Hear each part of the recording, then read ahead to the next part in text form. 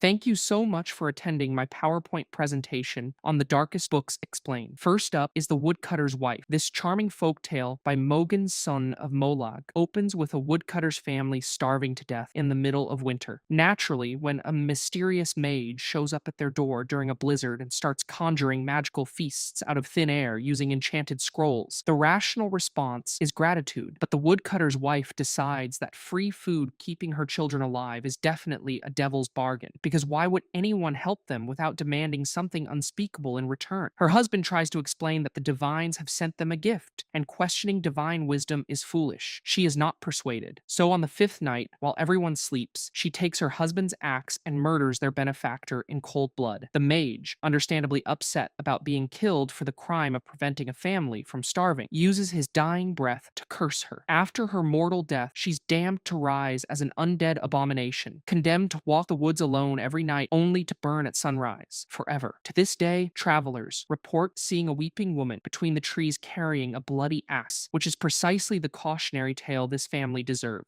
The beautiful irony here is that her paranoia about the price they'd have to pay created the exact horror she was trying to prevent. Her husband's blind faith that everything would work out fine was wrong. Her conviction that they'd entered into some Faustian contract was also wrong. Both approaches led to the same outcome: an innocent man murdered and eternal damnation. The lesson is clear. When someone saves your family from death, the correct response is definitely not premeditated murder. But also, if you're a mage capable of conjuring food, maybe don't sleep near people who are starving and paranoid. Just a thought. The Cabin in the Woods, Volume 2, by the same author, continues the woodcutter's wife saga, because apparently one book about an axe-wielding ghost woman wasn't sufficient. A soldier returning home after several bloody battles decides to save some gold by crossing the pine forest on foot. You know, the pine forest, the one from the previous story where the cursed undead woman wanders every night carrying a murder weapon. That pine forest. On his first night camping, he's woken by soft sobbing in the distance. Being a soldier, and therefore possessing at least some survival instincts,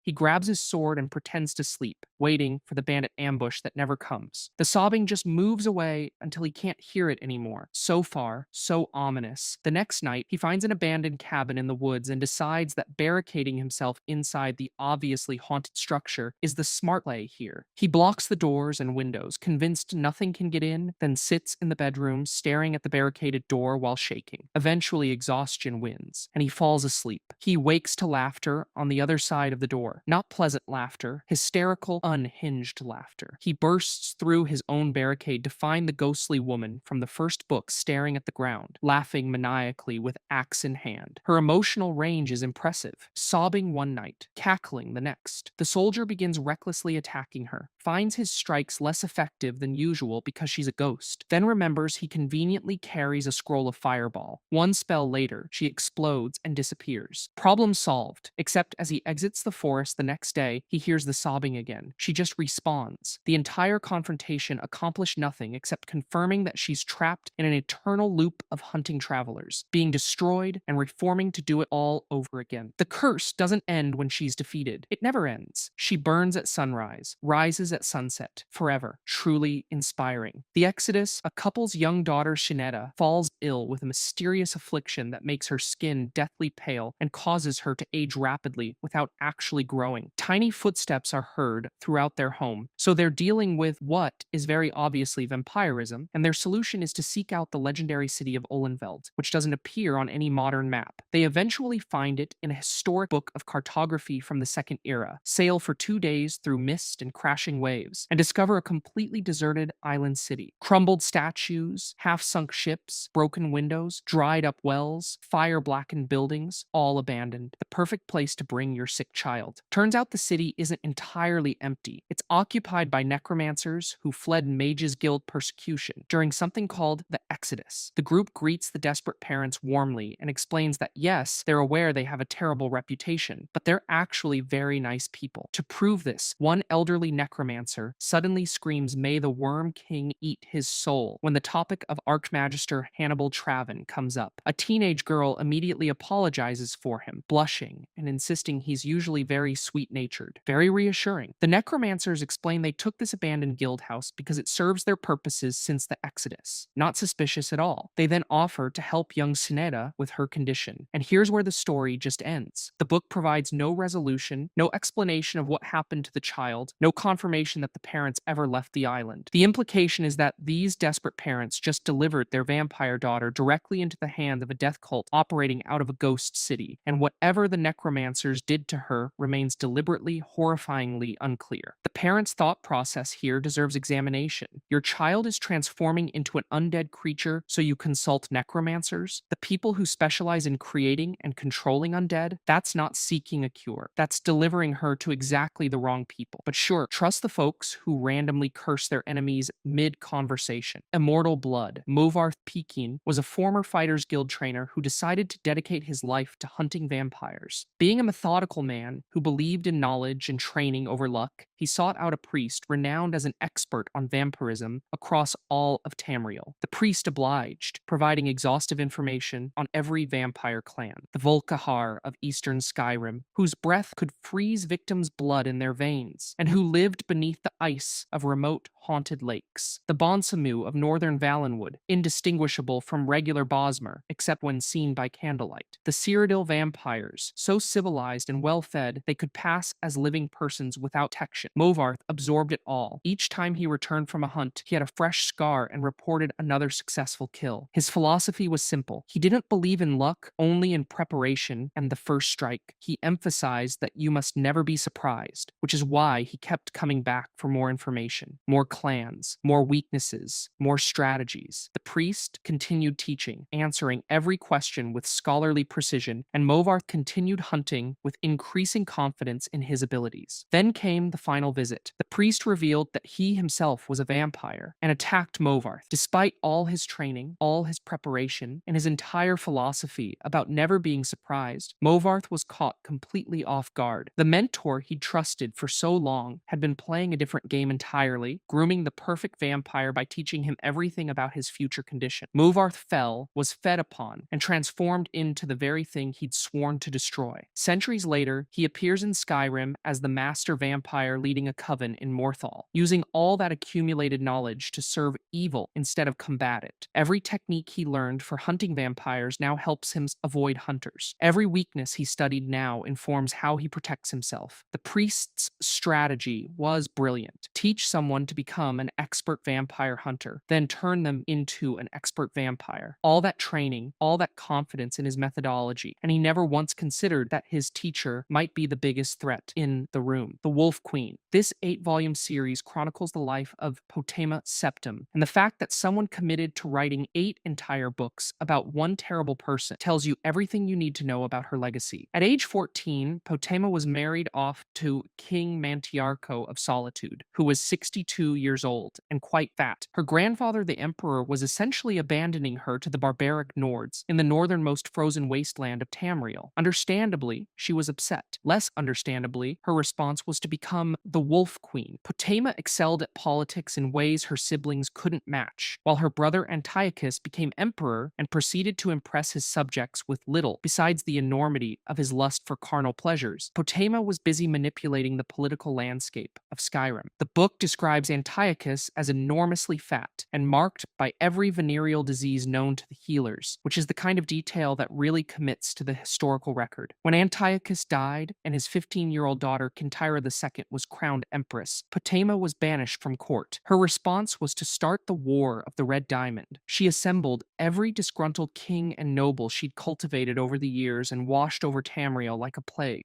Her forces captured Empress Kintyra and imprisoned her in a tower at Glenpoint Castle, where she was eventually executed. The exact timing of the execution is debated, but the certainty of the young empress's death rallied many against Potema. Meanwhile, Potema's son Uriel III invaded the underguarded imperial city and crowned himself emperor. Family dynamics were complicated. Potema used necromancy and Daedric magic to raise armies of shambling undead to fight for her cause. Even as her area of influence influence dwindled until only solitude remained. She continued fighting. After a month-long siege, she died in her bedroom, listening to her castle collapse around her. The final image is ancient Potema, toothless, grinning as she breathed her last. Her son, Uriel III, was captured and killed by an angry mob before reaching his uncle's castle. The war ended, but the Wolf Queen's legacy of raising the dead and weaponizing spite remained immortalized across 8 volumes. Arundel's Journals was an Altmer necromancer living in Dawnstar who spent his time fantasizing about the town's young milkmaids. When the citizens discovered he was performing experiments on the dead, they exiled him. His first journal entry after fleeing to Ingvild makes his priorities clear. I will miss the young maidens of Dawnstar. Such beauty was intoxication. The capitalization is his, because apparently, even in exile, his primary concern was cataloging his obsessions. He found the ruins of Ingvild perfect for his continued studies, an ancient burial ground with multiple chambers, all containing female corpses. Day 8 of his journal notes that while examining his first test subjects, he found his mind wandering to the women of Dawnstar. At first, he writes, he was slightly disturbed by his thoughts, but later, he found himself reevaluating. Day 9 records that his trials went splendidly. Each subject was reanimated in a state of total complacency, bending to his every task and whim. He ordered some to guard the island, while the rest acted as his personal entourage, standing by him at all times, watching over him while he slept. Then a living milkmaid stumbled into his cave. He deemed it necessary to kill her, writing that he could use the fresher materials for his experiments. The next journal entry celebrates his success. He'd created spectral ghost women instead of simply reanimated corpses, and touching them produced a sensation unlike any other, invigorating his very soul. This breakthrough led him to send his Draugr minions forth to Dawnstar to retrieve more young milkmaids to bolster his collection. The 4 journals chronicle his transformation from creepy stalker to murderer to architect of a ghost harem, all documented with scientific precision. A quest giver in Skyrim describes these as the ravings of a madman whose literary interests could only be satisfied by works of peculiar cravings. Understatement of the century, the fact that there's a buyer specifically seeking out these journals is its own form of concern. But Arundel's meticulous documentation of his descent into creating enslaved undead women for explicitly sexual purposes remains one of the most viscerally disturbing texts in Skyrim. Palla, this 2-volume series by Voina Myrstid, tells the story of a Mages Guild initiate who attends a Tails and Tallows ball at a fine estate and sees a statue. The statue depicts a beautiful, fearsome woman locked in combat with a hideous beast. He hears someone say, Mara, preserve me. That must be Palla, and his life is over. The name burned in his heart. He found himself whispering it constantly, his lips forming the syllables as if kissing her spirit. He knew it was madness in every way except that he knew it was madness. And by that logic, he could not actually be mad. Stellar reasoning, he befriends the statue's owner, Bedeniki, daughter of the fallen warrior. The girl clearly likes him, perhaps is even infatuated, but he's obsessed with her dead mother. He goads Bedeniki for stories about Palla's final battle. What sort of villain was he to exploit her grief to satisfy his perverted longings? But he continues anyway. Meanwhile, he'd stolen a necromantic disc from his mentor weeks earlier, a black artifact covered in runes that supposedly could resurrect a dead love. Every night after the laboratory closed, he practiced dark magic in his chamber. The other initiates complained about a rotting smell coming from his room. He offered the excuse that something must have crawled into the floorboards and died. In reality, he was delving deeper into the disc's power, whispering Palla, while feeling every rune, every gemstone facet. Sometimes he felt hands touching his, but something dark and bestial would always break across his attempts. The smell of death grew stronger. Months passed. His power grew. He finally succeeded in his resurrection ritual and rushed to Bedeniki's palace to confess everything, to explain that he'd brought her mother back. Bedeniki stared at him in confusion and asked tremulously, "You love whom?" In that moment, he remembered the night he first heard the name. The Breton initiate Jeline had been behind him, looking at the statue. He was recognizing the beast, not the woman. Palla was the monster. The warrior's name was Sarlis. He'd successfully resurrected the creature that killed his love. The story ends with him walking the lonely road back to the Mages Guild, and a large shadow rising from the ground where it had been sitting, waiting for him. The Dunwich Borers logs. Dunwich Borers LLC operated a marble quarry in pre-war Massachusetts, with a safety policy best described as aggressively negligent homicide. Terminal logs throughout the facility reveal that railings and supports were only replaced replaced when they decayed to the point of actual failure. Requests for additional safety measures were dismissed out of hand, and the official protocol for unstable conditions was remarkable. If you or anyone you know reports rumblings or sees something that looks unstable, give it some time and see if it passes. Wait and see if the dangerous thing kills anyone. Extraordinary corporate philosophy. One terminal entry addresses the fourth incident of a worker losing an eye, reminding staff about the importance of wearing eye protection, not investigating why they've had 4 eye loss incidents. Just a gentle reminder to maybe use safety glasses next time. Management also organized happy hours right next to the excavation pit, with any alcohol consumed deducted from workers' weekly paychecks. Mandatory fun at the edge of a death pit that you pay for yourself. But the safety violations weren't the real horror. Hidden among the logs are messages between project managers directing them all to Station 4, which Tim Schutz' holotape reveals was a trap. He's worried the other managers will figure out something's going on down here sooner than later, which implies management knew exactly what was happening in the depths and actively concealed it. Post-war, a raider boss named Bedlam takes over the quarry. Her first terminal entries are standard complaints about workers not doing their jobs and whispering to themselves about things down in the mine. Her third entry is just one sentence repeated over and over. I'm safe in the light. I'm safe in the light. I'm safe in the light. Complete psychological breakdown documented in real time. Exploring the quarry triggers spontaneous flashbacks to pre-war scenes of ritual sacrifice. At the bottom, submerged in irradiated water, sits an altar holding Kremb's tooth, a sacrificial blade. A massive statue's eye stares up through the flooded tunnel, watching. The Lovecraftian entity beneath Dunwich borers predates the nuclear apocalypse, predates humanity itself, and the company's response was to continue operations while covering up the cosmic horror for quarterly profits. Capitalism